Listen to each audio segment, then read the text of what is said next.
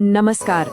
आज हम चल रहे हैं पंचतंत्र की एक बहुत ही मशहूर कहानी की दुनिया में। एक ऐसी कहानी जो हमें बताएगी एक सदियों पुरानी दुश्मनी की असली वजह क्या थी। अच्छा, कभी किसी ने सोचा है कि आखिर ये कौवे और उल्लू एक दूसरे के इतने बड़े जानी दुश्मन क्यों हैं? मतलब ये सिर्फ कोई ऐसी वैसी बात नहीं है, इसके पीछे ना एक बहुत ही पुरानी दिलचस्प कहानी छुपी हुई है। तो चलिए आज इस कहानी में ही इस सवाल का जवाब ढूंढते हैं। तो ये दुश्मनी की जो कहानी है ना, ये युगों पहले शुरू हुई थी और इसकी शुरुआत हुई थी सिर्फ एक फैसले से। एक ऐसा फैसला जिसने इन दो प्रजातियों को हमेशा हमेशा के लिए एक दूसरे के आमने सामने ला खड़ा किया। तो बात ये थी कि असल में समस्या क्या थी। हुआ ये कि जंगल के सारे पक्षियों को लगने लगा कि भाई उनका जो नेतृत्व है वो कमजोर पड़ रहा है। उन्हें एक नए राजा की जरूरत आन पड़ी, कोई ऐसा जो उनकी ठीक से रक्षा कर सके। अब इस गंभीर मसले को सुलझाने के लिए क्या किया गया? सभी पक्षियों की एक बहुत बड़ी सभा बुलाई गई और ये कोई मामूली बैठक नहीं थी। नहीं, यहाँ पर एक बहुत ही बड़ा फैसला होने वाला था। अब देखिए, वजह बिल्कुल साफ थी। उनके जो राजा थे वयंत्य, यानी भगवान विष्णु के वाहन गरुड़, वो अपनी भक्ति में इतने डूबे हुए थे कि अपने राजधर्म पर, मतलब प्रजा की रक्षा पर ध्यान ही नहीं दे पा रहे थे। और इसी वजह से पक्षियों को लगने लगा कि भाई वो तो असुरक्षित है।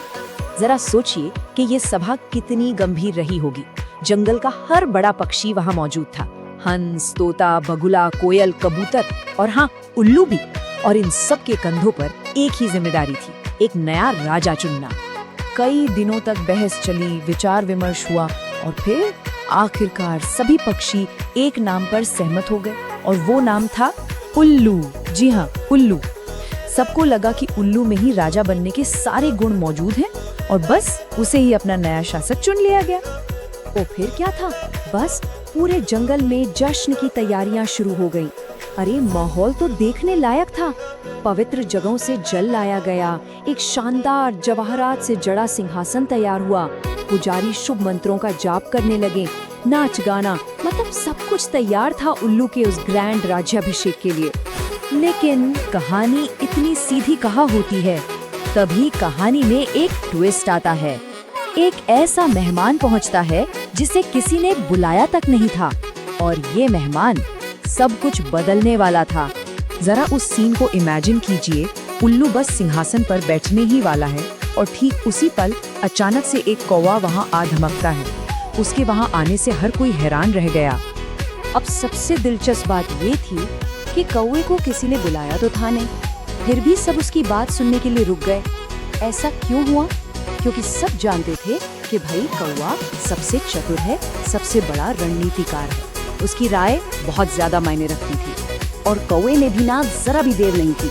उसने भरी सभा में सीधे सीधे बोल दिया, ये चुनाव बिल्कुल गलत है। उसने कहा कि उल्लू को राजा बनाना एक बहुत बड़ी भूल होगी। और तो और उसने उल्लू के रूप, रंग और उसके स्वभाव पर भी सबके सामने ही सवाल खड़े कर दिए। अपनी बात में वजन डालने के लिए कौवे ने एक तुलना भी की। उसने कहा, देखो, एक तरफ तो मोर, हंस और कोयल जैसे सुंदर और गुणी पक्षी हैं और दूसरी तरफ ये उल्लू जो दिन में देख नहीं सकता, स्वभाव से बड़ा क्रोधी है और उसकी आवाज भी कितनी कठोर है। और इसके बाद कौवे ने अपना सबसे बड़ा पत्ता फेंका, एक मजबूत राजनीतिक तर्क। उसने कहा, पृथ्वी पर एक ही सूरज होता है, एक से ज्यादा हो तो प्रलय आ जाती है। जब तक हमारे राजा वैंतेय जिंदा हैं, तब तक दूसरा राजा बनाना विनाश को न्योता देना है। और बस कौवे के इन शब्दों का असर होना ही था और हुआ भी। तुरंत जो जश्न का माहौल था ना, वो एक पल में ही तितर बितर हो गया। कौवे के तर्क इतने दमदार थे कि सारे पक्षी उसकी बातों में आ गए। उन्होंने उस राज्याभिषेक को वहीं बीच में ही छोड़ दिया और एक एक करके सब वहाँ से उड़ चले। वो जो भव्य समारोह था अचानक से खत्म हो गया। अब सोचिए, वहाँ कौन बचा? सिर्फ वो बेचारा उल्लू, उसका एक दोस्त और वो कौवा। उल्लू जो कुछ ही पल पहले राजा बनने जा रहा था, पूरी तरह से हक्का बक्का था। उसे समझ ही नहीं आ रहा था कि आखिर ये हुआ क्या। और इस सब के पीछे सिर्फ एक ही था, कौवा। और जैसे ही उल्लू को पूरी सच्चाई पता चली, उसका गुस्सा तो जैसे 7वें आसमान पर पहुंच गया। वो सीधा गया उस कौवे के पास जो इस सारी गड़बड़ की जड़ था। और बस उसी पल अपमान और गुस्से से भरे उल्लू ने एक ऐलान कर दिया, एक ऐसा ऐलान जिसने इतिहास बदल दिया।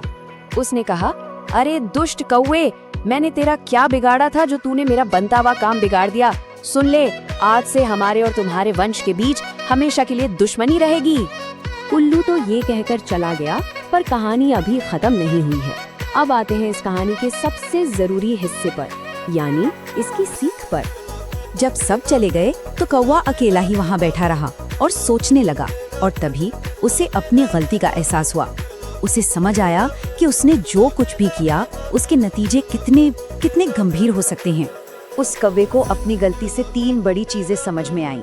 पहली तो ये कि उसने बिना किसी वजह के एक बहुत ताकतवर दुश्मन बना लिया है। दूसरी कि दूसरों के मामलों में टांग अड़ाना अक्सर बहुत दर्दनाक होता है। और तीसरी कि कड़वा सच बोलना भी कभी-कभी बहुत बड़ा दुख दे सकता है। और बस उसी दिन से एक राज्याभिषेक के दिन हुई उस एक घटना ने कौवों और उल्लुओं के बीच एक ऐसी दुश्मनी शुरू कर दी जो आज तक चली आ रही है। तो ये कहानी है उस जानी दुश्मनी की शुरुआत की।